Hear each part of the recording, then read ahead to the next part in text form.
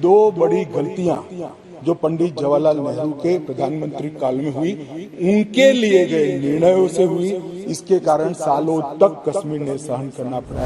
एक, पूरा कश्मीर जीते बगैर सीजफायर कर लिया, और दूसरा, यूएन के अंदर हमारे मसले को ले जाने की बहुत बड़ी गलती की। किन्होंने? पंडित नेहरू ने मतलब अपनी लाइफ दे दी,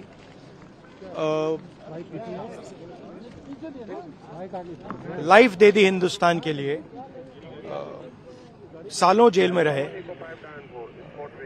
अमित शाह जी को शायद हिस्ट्री नहीं मालूम, वो तो मैं एक्सपेक्ट ही नहीं कर सकता हूं कि उनको हिस्ट्री मालूम। वो तो हिस्ट्री को रीराइट करते रहते हैं।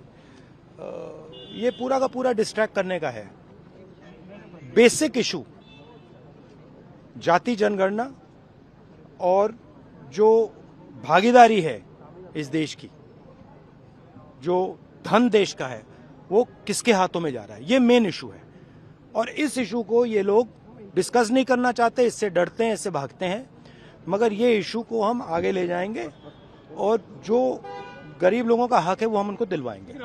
ठीक है, ये सब ये नहीं बिल्कुल नहीं बिल्कुल नहीं कहा। छत्तीसगढ़ के अंदर ट्राइबल दिया उन्होंने, ओबीसी आपको लगता है आप लोग मैंने सुनिए देखिए, हमारा भी ओबीसी था, इन्होंने ओबीसी दिया, ठीक है, वो इशू नहीं है। सवाल ये है कि स्ट्रक्चर के अंदर कितनी भागीदारी है। प्रधानमंत्री ओबीसी हैं, मगर सरकार को 90 अफसर चलाते हैं।